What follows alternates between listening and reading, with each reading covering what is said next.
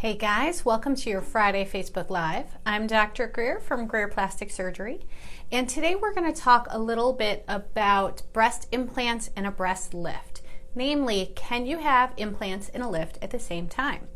Like so many things in plastic surgery, the answer is it depends.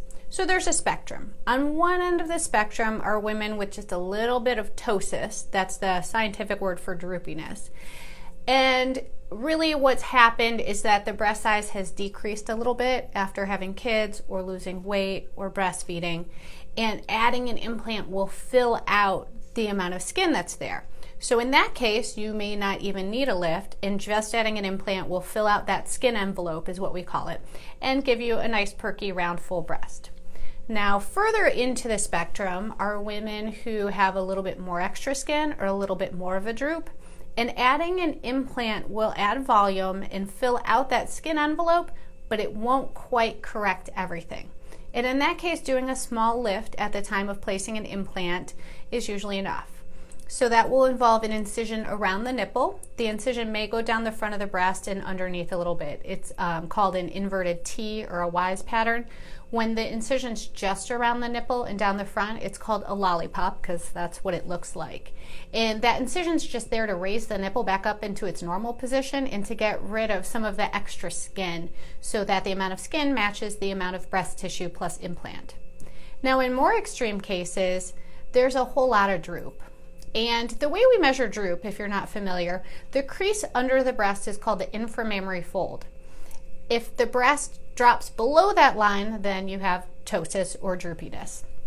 So if there's a lot of breast tissue below the inframammary fold, it's tough to do a lift and implant at the same time. It can certainly be done, but the long-term results are a little bit less predictable, meaning it's hard to predict before surgery if you're going to get a nice level of correction or if there's still going to be some droopiness.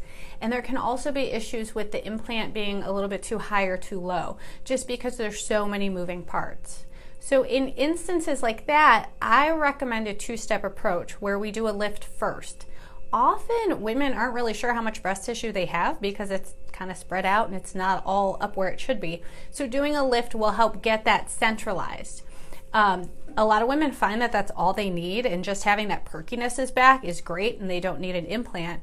If they do need an implant though, it's easier to estimate what size implant we're going to use because the breast tissue is all up centered in one spot and not kind of spread down the front of the chest.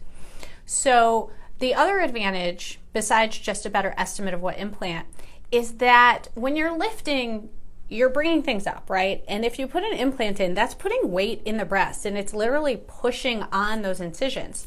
So things may settle to different amounts.